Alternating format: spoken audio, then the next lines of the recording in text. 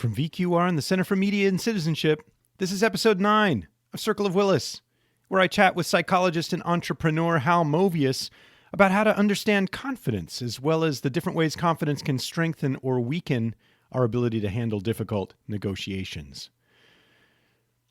Folks, whatever else is true, it turns out that one of the worst ways to deal with a difficult negotiation is to avoid it.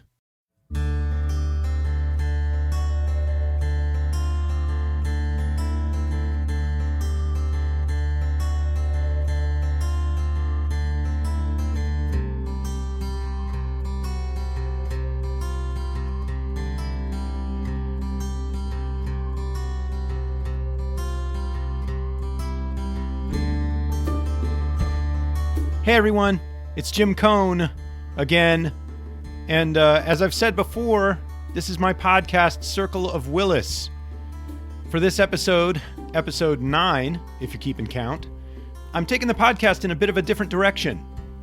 A direction I've long planned on taking it, but haven't really managed yet, which is to talk with someone who's really more of a science communicator than a working scientist per se.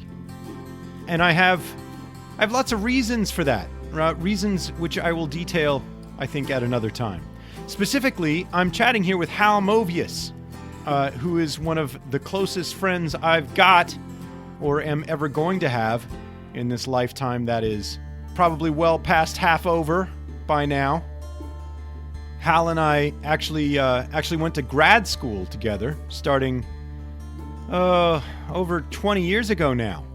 And at that time, he was my principal intellectual as well as recreational buddy. And really, as far as my science goes, there are a vanishingly small number of people who've really influenced my thinking as much as Hal Movius has. And I'd say that remains true today, as true at least as it was when we were in grad school, even though our lives took us in pretty different directions. You know, I went more or less straight into a postdoc, and then to the tenure track to where I am today, which is at the University of Virginia here in little old Charlottesville. But Hal more or less right after grad school decided he wanted a different kind of life, and I don't blame him. But in some ways, that kind of surprised me. I'll try to explain that. First, Hal will probably object to my saying this, but I literally know no one personally who reads more of the current social scientific literature than Hal does. I mean, I think sometimes it's a source of frustration for him because, you know, a common conversation between us goes something like this.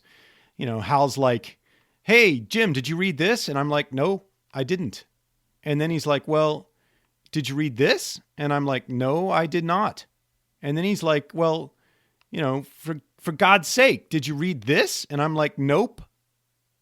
And it's sort of always been that way with us. Probably always will be that way. See, Hal's a voracious consumer of behavioral science and not, or at least not only for instrumental reasons. He just wants to know it, you know? And that's as close to an academic mindset as I can really imagine. But for me, it goes deeper than that. Because Hal actually comes from a family of academics. In fact, Hal's grandfather, also Hal Movius, by the way, was a famous Harvard archaeologist. I think it was an archaeologist who was a member actually of the National Academy of Sciences and also for a time the curator of Harvard's Peabody Museum. And it's funny, there's even a lecture series there at Harvard named after him. So, you know, that too suggested to me that Hal Movius was bound for the academy, but Hal was not having it. He was not interested in doing that. He had another vision for himself. Instead, he found himself increasingly interested in applying behavioral science in ways that people might find useful. And to that end, wound up founding Movius Consulting, which is his business. It's a business specifically designed to bring behavioral science to bear in resolving conflicts and promoting strong and socially responsible negotiation practices. So, you know, Hal has figured out how to leverage his training as a scientist and, I would say, his very real intrinsic interest in how people work into a way that maybe helps people and, makes them a little money, a little green, a living in the process. And anyway, more recently, he started writing books about how companies and people can handle negotiations more effectively. The most recent of these is called Resolve, Negotiating Life's Conflicts with Greater Confidence. And this book draws on decades of behavioral science to propose a pretty comprehensive approach to understanding what confidence is, as well as how confidence can both hurt us and help us when we're trying to negotiate conflict. And when I read Hal's book, I couldn't help thinking about sort of the many things that motivated me to start this very podcast, not least of which was the discourse among scientists who disagree about whether science is in crisis and, in any event, what to do about that. So there's that. But it has not escaped my notice, I want you to know, that this episode of Circle of Willis is being released in early January, when a lot of my junior colleagues will be out on the job market, possibly getting job offers.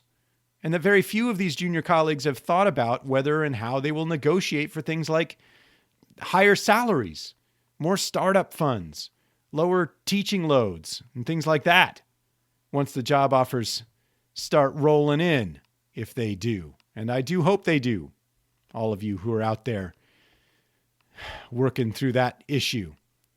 Now, I know that when I was on the job market, I'd hardly thought of this at all. And when the offers did come in, I was far too timid to consider, negotiating anything. I mean, I was just so grateful to have an offer at all. But here's the thing about this conversation that you're about to hear, if you keep listening. I think it's going to resonate a lot with scientists earlier in their careers. I hope it does. I could be wrong about that, but I think it really will for at least two reasons. One of these, as I've already said, is it's sort of negotiation season, and our graduate programs, as a rule, do not really offer negotiation guidelines or training, and I think that's a problem. But the other thing is, Hal's story offers at least a kind of a glimpse of an alternative route to success for scientists. He did things differently, and I think there's real value in considering those differences. All right? That said, I cut a lot of our conversation out for this particular episode. What follows here is mostly Hal's perspectives on confidence, on negotiation training, and his perspective on science as a tool for solving real-world problems. But we also had a really interesting conversation about how Hal did his graduate school pretty differently than most of us did. And I'll be releasing that as bonus material later on. Until then, friends, here's Hal Movius.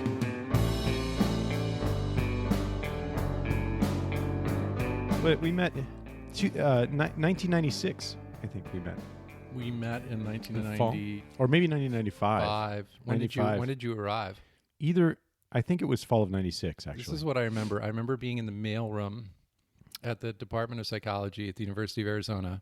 And I knew who you were because I knew you were interested in meta-emotion. Right. I just read a paper on meta-emotion. Yeah. And I thought this was super cool. Our joint obsession for a while there. Yeah. And I introduced myself and said, "Oh yeah, you're working with Varda and Michael, but you do meta-emotion stuff, right?" And you were like, "Yeah." And I was like, "Oh, okay." I don't know. You had like something else to do or something. And then I kept bugging you though. I kept bugging you. You invited me out. You took me to what was it? The Two Pesos. Two Pesos. Yeah. That was one of those places that had the... And that was that fall, I think. That was that in Tucson. Yeah. So yeah, the 2 Pesos. What do we do at 2 Pesos? You had some kind of thing you were doing. Yeah, it was called drinking beer. I thought it was margarita. What would happen is you could go there and they had happy hours. Remember the roaring 90s? This was when like gasoline was 93 cents a gallon. And you could get long necks, 99-cent long neck beers. But the best thing is they had a free taco bar. So if you were a grad student, you would go get a 99-cent beer and then help yourself to the taco bar, lunch and dinner. Yeah. Yeah. I remember the tacos not being particularly impressive. No, I don't even think they were tacos, really. But taco food. The thing substance. is, if you spent $2.97 and got yourself 3 beers, then you didn't really care what the tacos were. And that was the goal in any case, especially given the elevation and the dryness in the air. You were pretty. Yeah, it's true. You were well lit by like a beer and a half. Oh God! And you sat under these misters that those were everywhere. Yeah. You'd sit. This is presumably you still do. You sit under the misters because it evaporates so quickly that it cools the air. Isn't that the idea? I think it's just that everybody's so hot that you want this like cool misty water coming down on you, or else you're gonna leave the bar quickly. Yeah. I don't know. I remember when I first got to Tucson. I remember that summer coming out of my house and this wave of heat enveloping me. That was so. It resulted in this joke. So I have a joke about Tucson, which was literally true at that moment where the wave of heat hit me, which was that the only thing that mitigated my suffering in Tucson was my fascination at how much I was suffering. It's pretty good, huh? Yeah. It used to get better last. So I remember leaning against my car and burning myself. So how do you get from there to running Movius Consulting, here 20 years later? And I mean, it's sort of like, I'm thinking of this sort of like the education of Hal Movius, right? It's a very short book. But first of all, I wonder if you could really clarify, because I'm not even after all these conversations I've had with you and all this time, I'm not 100% clear on what Movius Consulting does. What it is. Yeah. Well, exactly, because it seems like you do a lot of things with it. Yes, that's true. I mean, it's a consulting, coaching, and training outfit that works with companies around the world and helps them to negotiate and communicate more effectively. That's my spiel. Uh-huh. But to your first question, I mean, how did I end up there? I remember triggering a huge wave of hostility in my in my first year. I remember 7 or 8 of those at some points, and yeah. But we had a first year pro seminar, and at some point on some sleepy afternoon, I suggested that all things being equal, if the pie were shrinking and there were only finite research dollars, that tackling really important real world problems should be a priority, and that everybody went ballistic and said. Yeah. You're out of your mind. Basic research leads to all kinds of unexpected. And I said, I get it. Yes, in a perfect world, we do tons of it, but we have these like super pressing problems in the world at large, and maybe we should start with those, and those might lead us to some really interesting. Anyway, I said it partly to be. Had some really interesting thoughts about that as well, but yeah. And Lee was he was another person who was very interested in real world problems, right? And he rejected the notion that focusing on real world problems precluded progress in basic science. Which is how I saw it. But anyway, I think it was just my ambivalence, Jim. I don't think it was like I was ambivalent about grad school. I saw that there were other choices, which I think a lot of kids coming right out of college just hadn't seen. And I had this great lucky thing where I found myself, while I was a graduate student, working with very senior leaders of academic institutions and foundations and professional schools in a consulting role. Sort of widening your perspective on the whole milieu. Yeah, and seeing to some extent how arbitrary, regressive, and hierarchical and petty academic culture can become. And I have to say, as much as I really loved a lot. I mean, I'm so grateful for the professors. I felt like I had a great experience. I had great professors, great colleagues like you. But I started to realize that I felt that the academic culture might drive me crazy. So when I got out, when I finished my internship at Cambridge Hospital, which was totally exhausting. I mean, working, your clinical internship. Yeah, my clinical internship, treating all the state's indigent and poor, and it was really challenging clinical population. I mean, this is a slight simplification, but I basically woke up one morning in a 400 square foot studio, realizing in Cambridge, right? In Cambridge, realizing broke. Yeah, realizing I remember that place. Yeah, you could almost stand up. I didn't want to be an academic, and I didn't want to be a clinician, and I just spent 6 years of my life doing both. Yeah, training to do those things. Oh God, I love this story. Anyway, I mean, then I met Kate Bennis, who's now my wife, and which was super lucky, lots of luck. And at the time, I wasn't sure what to do, and her dad, Warren Bennis, was a big. I got to tell you this story.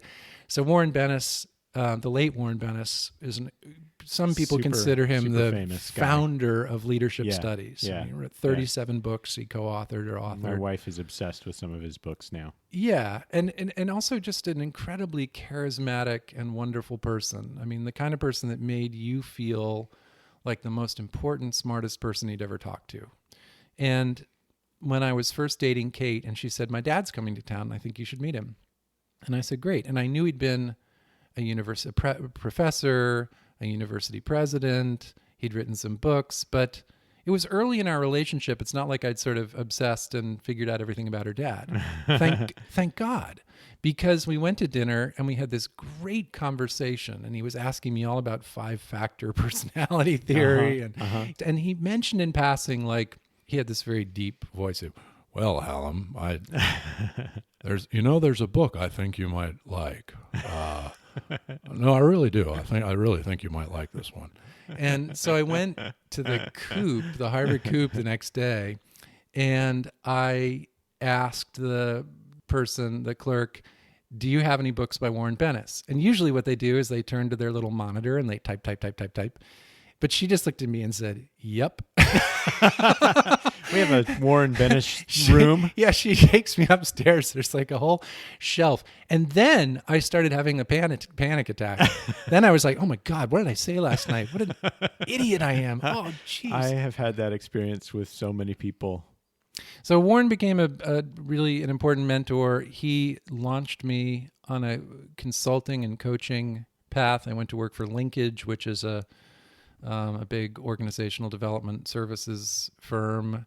I then went to work for almost 10 years for the Consensus Building Institute. Right. Which really gets you on the trajectory, it seems like to me. Yeah. So what happened was I was sort of, in my retooling phase, after I realized I didn't want to be an academic or a clinician, I went into consulting and I found it a little bit soulless. And I could see like what success meant was traveling 30 weeks a year. And I thought, especially with a new relationship, I don't want to do this.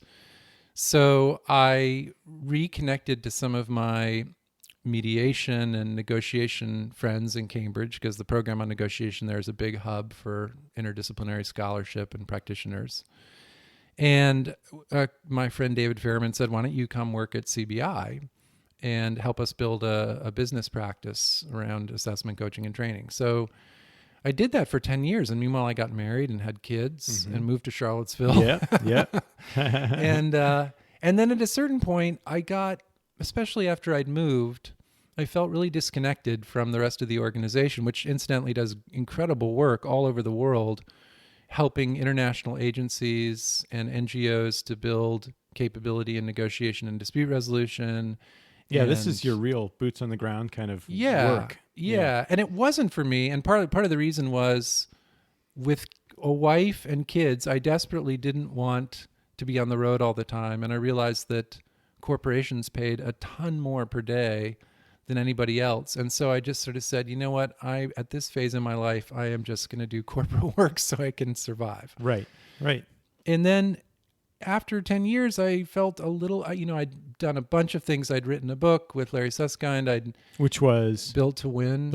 Creating a world-class negotiating organization. Right. And I remember this book because this really got my attention. When did that come out? 2006? It came out. I have such a great sense of timing. It came out in 2009, right after the collapse of worldwide financial system collapse. Oh God! But well, because I remember just given the kind of thinking that I've been doing in my own work, that one of the things that you argue in that book, if I recall correctly, is that the organization has to be thinking along the lines of negotiation needs and capabilities, rather than just having like an identified negotiator. Yeah, the big idea there is that negotiation is an organizational capability as well as an individual one. So that if you just send people to training programs, teach them new ideas, new skills, and then they go back, and especially in for-profit settings, the things that get measured or the way things are done thwarts people's attempt to to be more creative or more collaborative or to get an overall better deal, because one person in the organization, legal or finance or somebody, told them, no, you can't do that. We don't do it that way. Right. So in that, Larry and I had worked with a bunch of organizations, and that book was really sort of documenting our attempts to help leaders and teams overcome organizational barriers to better negotiation practice. Right. And so anyway, it's a big deal. Yeah, it was. I think the idea is a very big idea, I think. Well, thank you. I mean, I think so too, and it's been a basis for a lot of my practice. I've worked with some organizations now for more than a decade, organizations that have over 100,000 employees. So, oh my God. You're really thinking strategically about capitalism publicly. What does it mean to create shareholder value at any cost, right? When push comes to shove, negotiation is really like where the rubber meets the road. You can say on your website, oh, we love puppies and angels and making a better tomorrow and blah, blah, blah, blah, blah. And by the way, you'll get your bonus if you cut costs by 10%. Right. By any means necessary. And that is the corporate world for so many people. So that's what we're trying to help with. How do you get to 10% without being a jerk or screwing up relationships? So along the way, you leave CBI and you start Movius Consulting. And this is where you start to really, it seems to me, I'm just going to suggest this and see what you think. It seems to me you really start sort of stirring your sort of intellectual pot a little bit more, where you're bringing in experience from CBI and from, working in headhunting agencies and with leadership companies, and also your scholarship. Does that seem right? I think aspirationally that's right. Yeah. I mean, when I left CBI, when I started my own company, I wanted to move toward applied psychology. I mean, I'd been so focused on negotiation in the narrow sense. And negotiation is endlessly fascinating. It's an interdisciplinary field. It's incredibly productive in terms of different lines of research. It is a real world business problem that never goes out of season. So if you want to make a living, it's helpful. But, at a certain point, I felt like that's not what I want to do the rest of my life. And what I really loved the most was the coaching and coaching and consulting work that I was doing, where you have the chance to build a relationship with a leader or team as a trusted advisor. And I really like to draw. I think of myself as a research practitioner. I still read avidly, lots of journals. I know you do. And try to bug people like you to help me understand them. Often enough, you understand them far better than I do. But I mean, one of the things that I was wondering, hearing you, these are such complex problems. They have real consequences, and they're tough to solve. Thinking about your identity as not only as a practitioner out in the world working on these tough problems, but as a scholar, as a person who was trained as a scientist, does the science help you? I think it does. I mean, it makes you cautious. It helps you recognize BS, right? Which is just which has got to be supply. In a field like yours. It's got to be. Oh God, it's endless. Yeah, endless claims, endless misrepresentations of research. And you must come up against that all the time in the work that you do. Constantly. And I like to think that in trying to help leaders and teams and organizations, that the advice we're giving is really grounded in evidence, as well as experience. I mean, when you do consulting for 15 years, you start to recognize certain patterns. And right. Yeah. You start to understand what organizations are, how they work, at least at the bureaucratic level. Yeah. Which I don't have the first clue about. Yeah. It's funny. There's all kinds of implicit knowledge that you accrue in a funny way I'm about sure. Culture and language and the ways people deal with one another at work. But yeah, and then Built to Win was a book about organizational barriers to negotiating and resolving disputes more effectively. But then I got curious about, even in non-organizational settings, why is it so hard for people to take the really sensible prescriptive advice about negotiation, like, focus on interests, not positions. Right. And then when you actually encounter conflict, or you're thinking about it, like your neighbor's dog is barking and it's driving you crazy, and you want to go over there and tell them to shut the dog up, but you also suddenly find yourself going, whatever, I'll just go work at the library. I can't do it.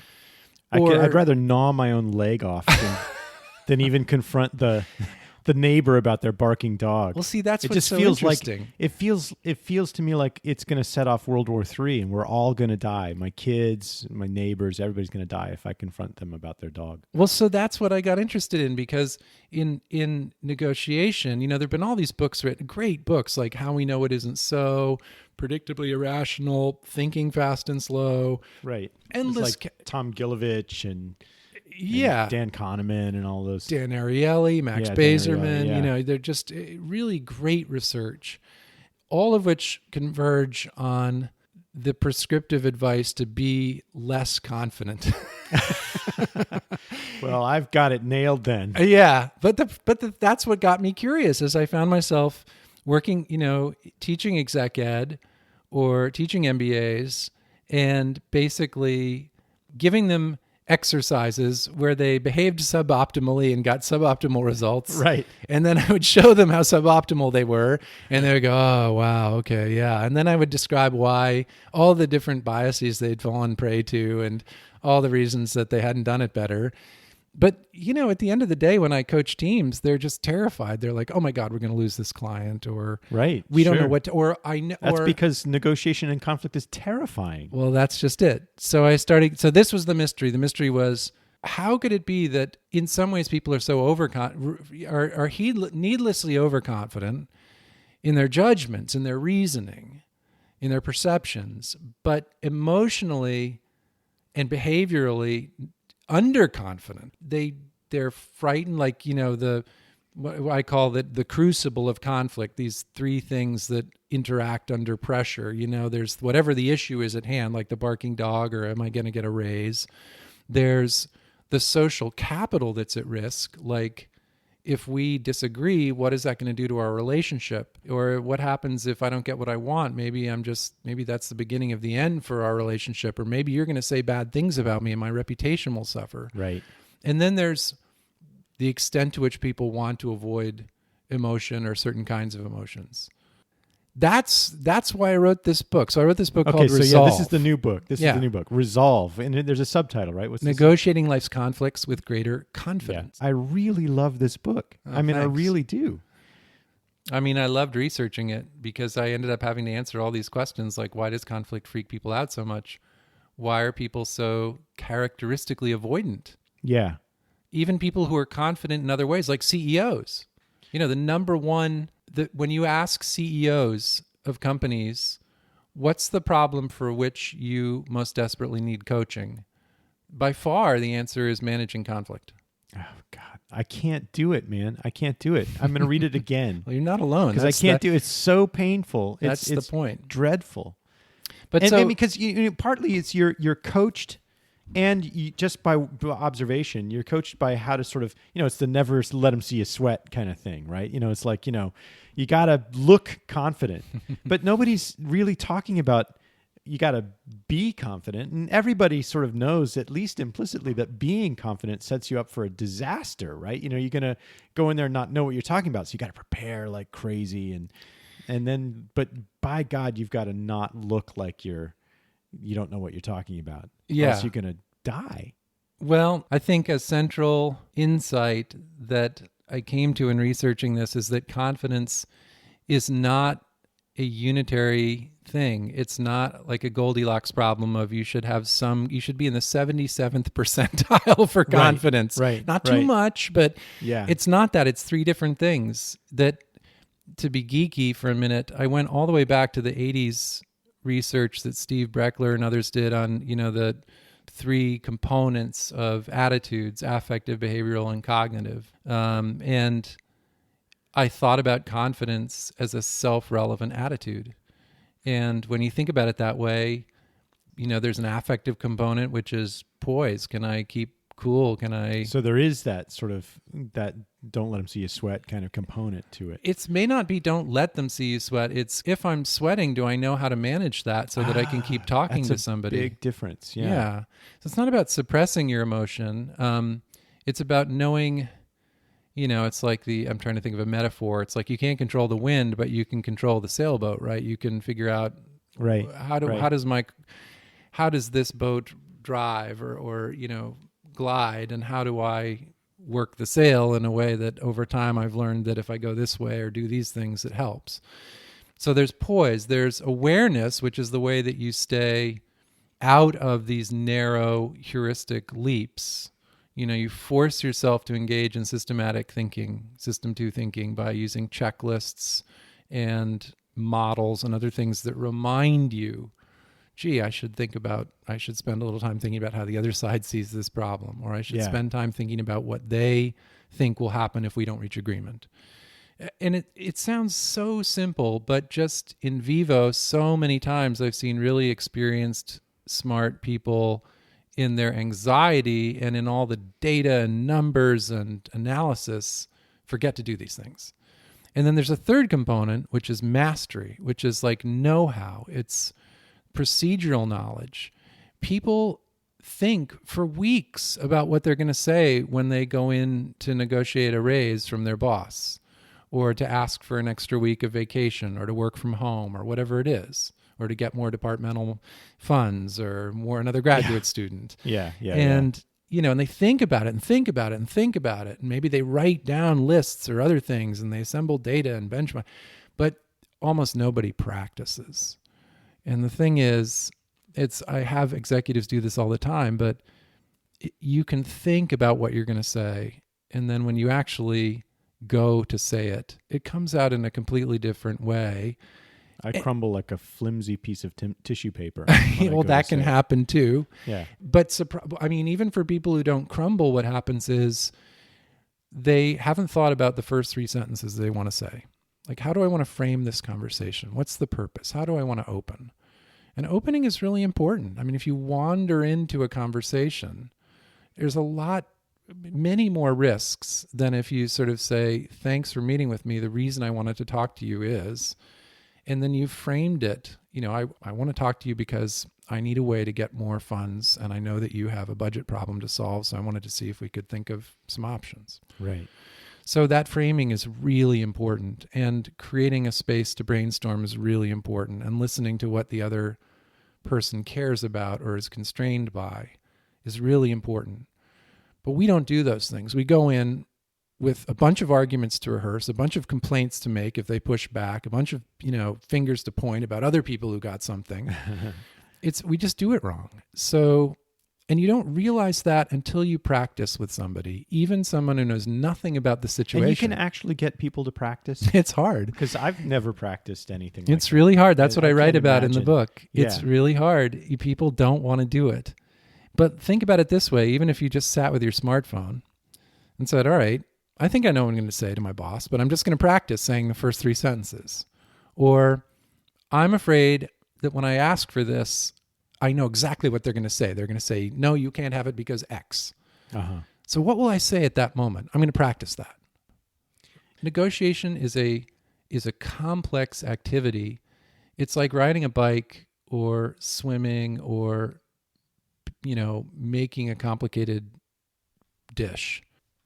So if you think about confidence as having these three components, and you recognize that most people don't default in conflict to thinking like a negotiator would.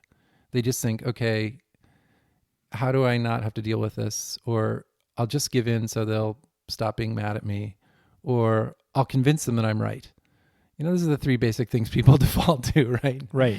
And that's maybe not thinking like a negotiator. No, which is very different. It's about what is it that really is, what does this person really care about in the situation? Right. It may not be whether I did the dishes or not. It might be whether I respect her contribution. Yeah, this is the point that Sue Johnson always makes when I talk with her about it. She's like, what does this person really care about? Yeah. And that's not generally what you're talking about. Yeah, and that's true, by the way, in very high-level diplomatic and corporate and governmental negotiations where people issue public statements or make demands at the outset and completely miss the boat in terms of figuring out what each side really cares about. And it's true in little, tiffs that happen between roommates and spouses and partners where, the issue wasn't the car keys. The issue was you interrupted me. Yeah, right. And, so so I think about sort of three, in the book, I talk about these three different situations that present kind of special problems for negotiators. One is what happens when the other person is behaving as if the relationship really doesn't matter. They could give a flying fudge, right? Whether you come back or don't. And they don't seem to be at all bothered by pounding the table or complaining or, making you feel bad.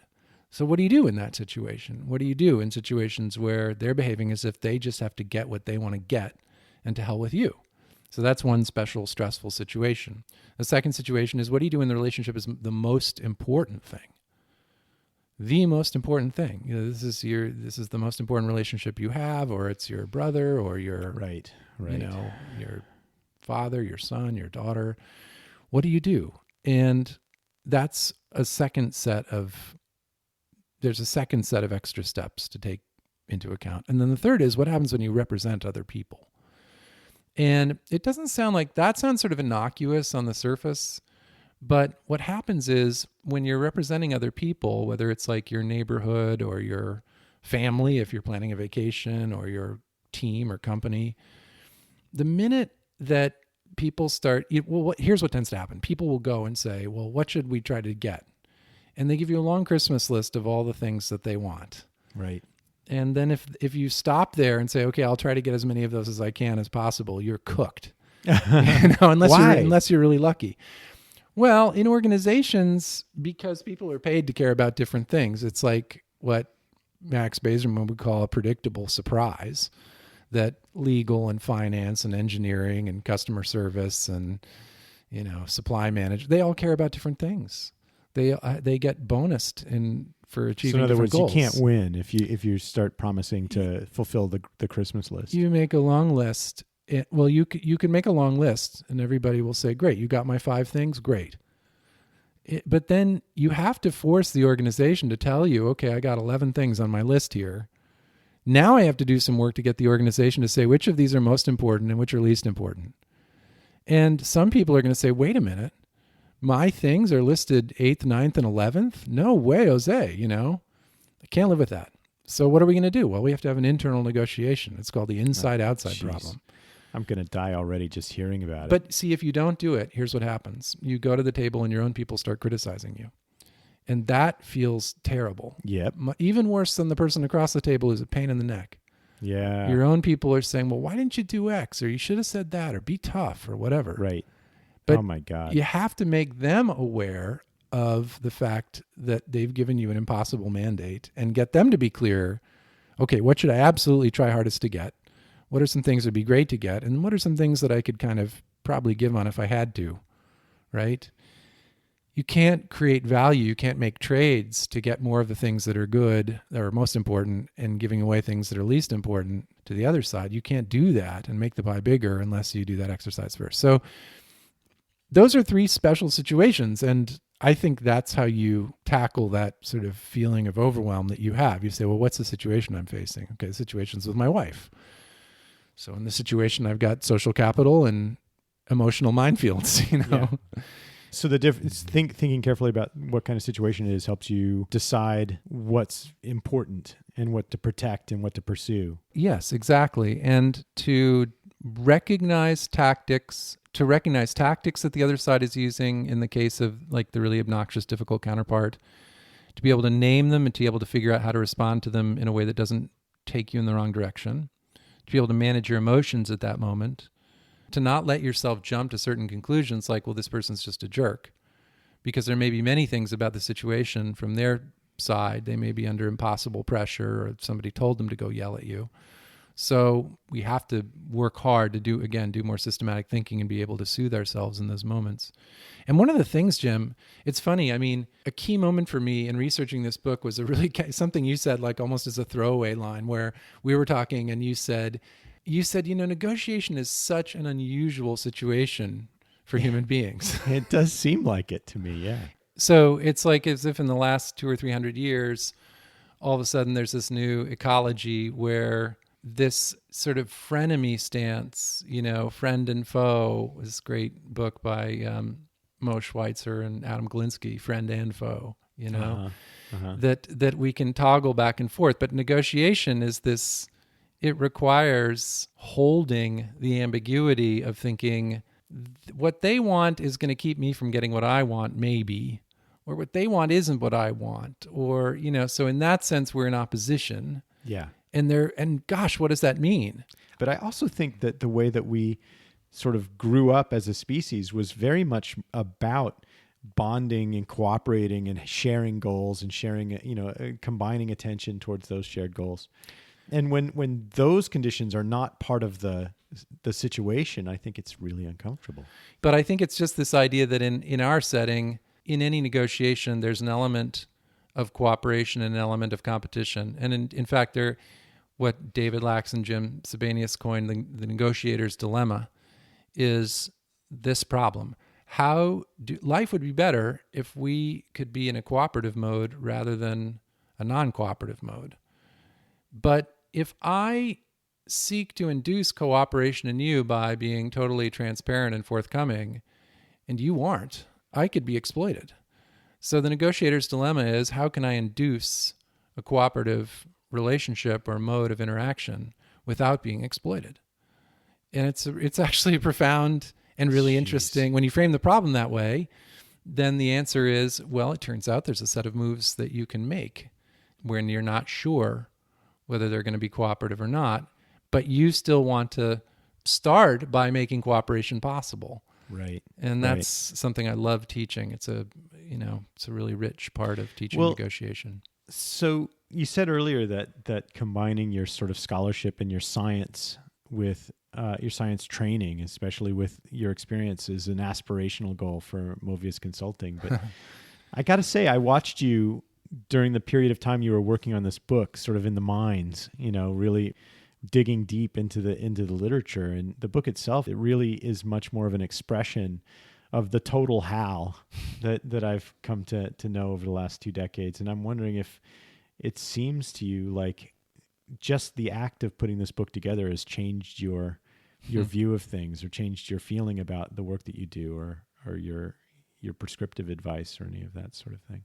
Because you really dug into the literature. Mm-hmm. You didn't know all of that going into the project. Definitely not.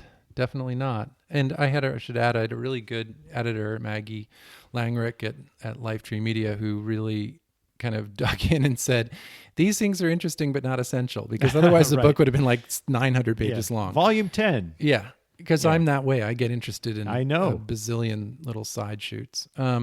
Yeah, am I different? I mean, I think I'm more... I think I feel resolved, pun intended. I think I feel resolved in the sense that I now believe that it's okay to teach people to try to be more confident, to develop emotional confidence or self-efficacy in moments of stress like conflict, and to develop their behavioral repertoire and know-how so that they don't have to think really hard about what am I going to do next. They have some practice. They're comfortable being in conflict. They know that when conflict gets to this place, it's time to say time out, or I'm going to take the ultimatum they just gave me and reframe it as one option and then suggest some other things. I have a repertoire. I think it's good to teach people those things, and that we can still teach people about the dangers of overconfidence in the cognitive realm. And that makes me feel, when I started the book, the reason I wrote it was to figure out, am I doing this wrong? Am I teaching people I'm teaching people all about overconfidence and the perils of overconfidence and the fallibility of human reasoning. And I'm giving them exercises that, that definitely drive that lesson home, which is what a lot of business schools do, And now I feel better saying, well, that's possible. And it's also possible to recognize how genuinely and disproportionately stressful interpersonal conflict is. And I think I have a deeper appreciation for that. I think I wandered around for most of my life thinking that was just me, that I hated conflict. But I think actually most people hate conflict. Everyone I know. Well, not everyone. And the ones that don't hate it, they seem to be better at it. I mean, it seems like at least they blaze through. I mean, I'm thinking about Richie Davidson, for example, who did my postdoc with. The guy can negotiate. I mean, it's almost bloodshed when you see him negotiating with someone. I mean, he just is so good at achieving his goals. Well, you wonder what's going on with everyone he's negotiating with. Okay, but you have to ask, the implicit in that is the idea that negotiation is like blood sport. See, I'm saying... Right. No, I think, that's right. Yeah. I think another way of saying it would be there are some people who are comfortable going into conflict, but they put a lot of social capital at risk and they create a lot of bad feelings. They get what they want more often, and maybe they're happier about it. They just shrug it off. But I'm not convinced that in the long term, life gets easier for people and making deals gets easier for people. The only exception to that is people who are born into power and wealth. I mean, if you're born as the son of a dictator in a developing country, or you inherit $250 million as a real estate developer, it turns out you can behave in lots of ways. Yeah. You can burn 1,000,000 bridges. It doesn't matter. And, research by Adam Galinsky and lots of other people has been documenting how differently people behave when they feel powerful as opposed to not feeling powerful. So this book is about helping people feel more tannin and stuff like that. Yeah, but I mean, I could have titled this book "How to Be More Confident Without Being Foolish or Obnoxious." That's really what the book is about, because it's not. You don't have to be pushy. I mean, I loved the book Lean In, and the Confidence Code. I thought those really laid out in a compelling way the costs of not negotiating for your own benefit. But and we know from this research that's coming out, since then or even before, Laura Cray and other research, that women and people with less power get penalized for being more assertive. Right. Even by other women and people with less power. Right. It's like this terrible double bind.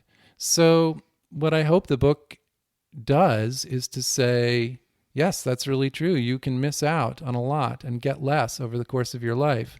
But you don't have to remedy that by being more assertive or domineering.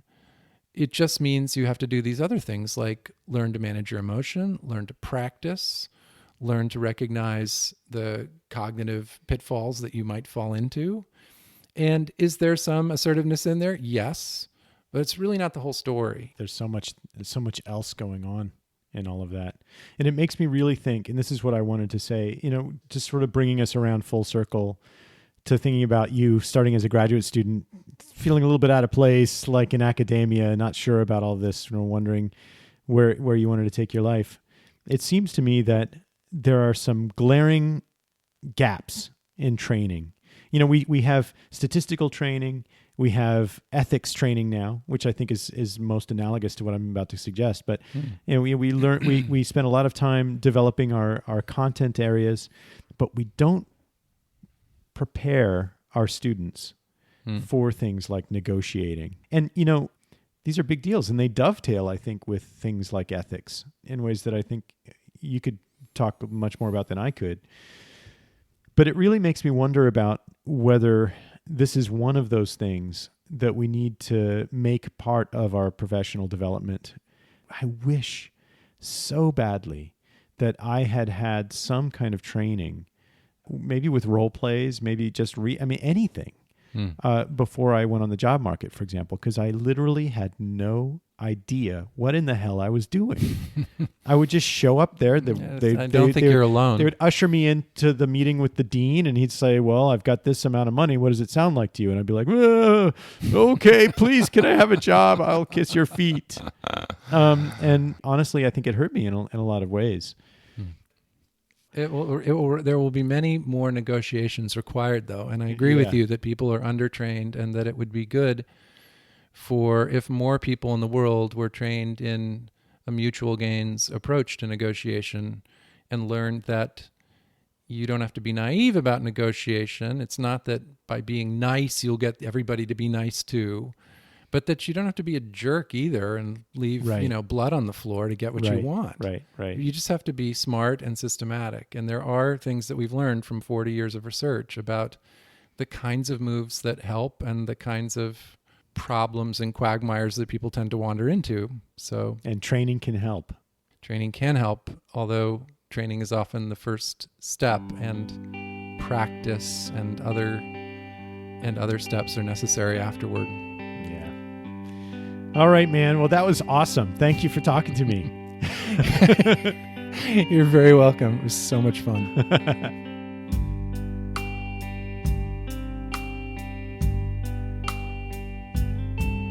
Okay, that's it, everybody. Thank you, Mr. Hal Movius, my friend. I am glad I got tacos with you that day in probably October or thereabouts in 1996. Changed my life, man. Hey, you might think that this is the end of my chat with Hal Movius, but that's actually not true, because shortly I will be releasing some bonus material of Hal and I reminiscing about our graduate school days. And while that might not sound like a very excellent use of your time, do keep in mind that Hal's story is really interesting for illustrating the way he made a sort of unorthodox approach to graduate school into a highly successful one. I think I may be naive about this, but I think it's the kind of perspective that individuals thinking about graduate school, or the hell with it, even those in graduate school, or even finishing up graduate school, might find really useful. So watch out for that. Folks, the music on Circle of Willis is written by Tom Stouffer and Gene Rulli and performed by their band, The New Drakes. For information about how to purchase their music, check the About page at circleofwillispodcast.com. Don't forget that Circle of Willis is brought to you by VQR and the Center for Media and Citizenship at the University of Virginia, and that Circle of Willis is a member of the TEEJ FM network. You can find out more about that at teej.fm. If you like this podcast, how about giving us a little review at iTunes and letting us know how we're doing? It is easy. I say that over and over again. I'm self-conscious about that fact. But I want to say it again. It's easy and we like it. Or send us an email by going to circleofwillispodcast.com and clicking on the Contact tab.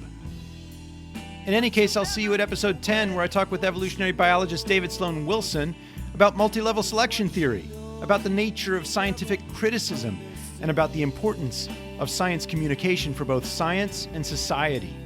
Until then, bye-bye. Now stop, now breathe, collect what's left for me, face up to my deeds, walk off what I need to. I stop, now breathe, collect what's left of me, face up to my deeds.